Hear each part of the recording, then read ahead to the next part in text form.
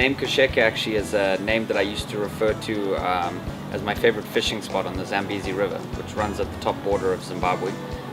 We used to travel down to an area called Nyakasanga, which is always really good fishing, and the sort of code word we'd always use for that area was we would call it Kasheke. So no one else knew where our spots were because we'd always catch the most fish from anyone. So that's why I was like, okay. The artists have, they're all ages, really. And I think a lot of it comes to do with the training that they received, the exposure that they've had, and their life experiences. A lot of artists have traveled all over Europe, even to the US, to different art shows. So they've seen a lot of Western European artwork.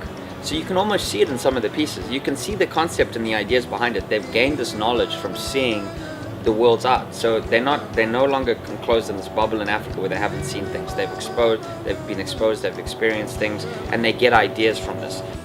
The basics for what it takes for these artists to create the tools, the sandpaper, the rust, the chisels, the hammers, the stone itself, it's all a cost for them, like an upfront sunk cost that, you know, for me or you maybe is not a lot of money, but for them it's a lot of money. So what I like to do is I will go in, and the day that I get there, I'll go and get the artists together. I'll hire a 10-ton truck, and we will head out to the mining district, and we'll head out to Dombashawa, and we'll quarry all the stone, and I will pay for the stone to be brought into the city. I will get them sandpaper, get them tools, give them whatever they need.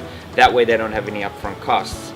Being with the artists for hours a day, like, you know, seeing how they do everything, I've had to learn. I've had to learn the process, how they go about doing things as well.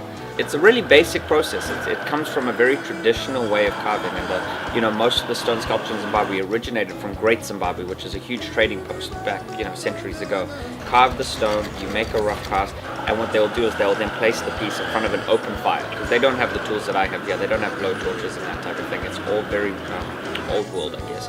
They'll lie them out in front of the fire, let the fire heat the stone itself, and then they'll polish it with the beeswax, canuba wax. If they can't afford a beeswax or canuba wax, they'll sometimes go and buy floor polish. So when you ask the favorite stone, they're all great. They're all fantastic. I think that the cobalt, the serpentine, gives a lot more artistic expression for the artist because they can do fun things like that. No, the lifetime experience. Just seeing people getting to wonder how you do the whole thing, how you work out, how you produce, how to get it to how you start the stone point to produce gold sculpture. Yeah. And it's really hard to, you know, get people that haven't been to Zimbabwe to really grasp the concept of what purchasing one of these pieces actually does for them, because you're purchasing a piece that is not affecting one artist, one business.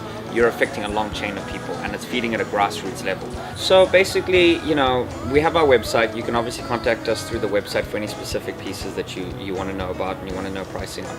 So with today's digital age, cell phones, I feel like it's not a big leap to say, hey, we can set up viewings for you. If you have specific pieces you want to see, you can always come to our house. You can come and see everything displayed here.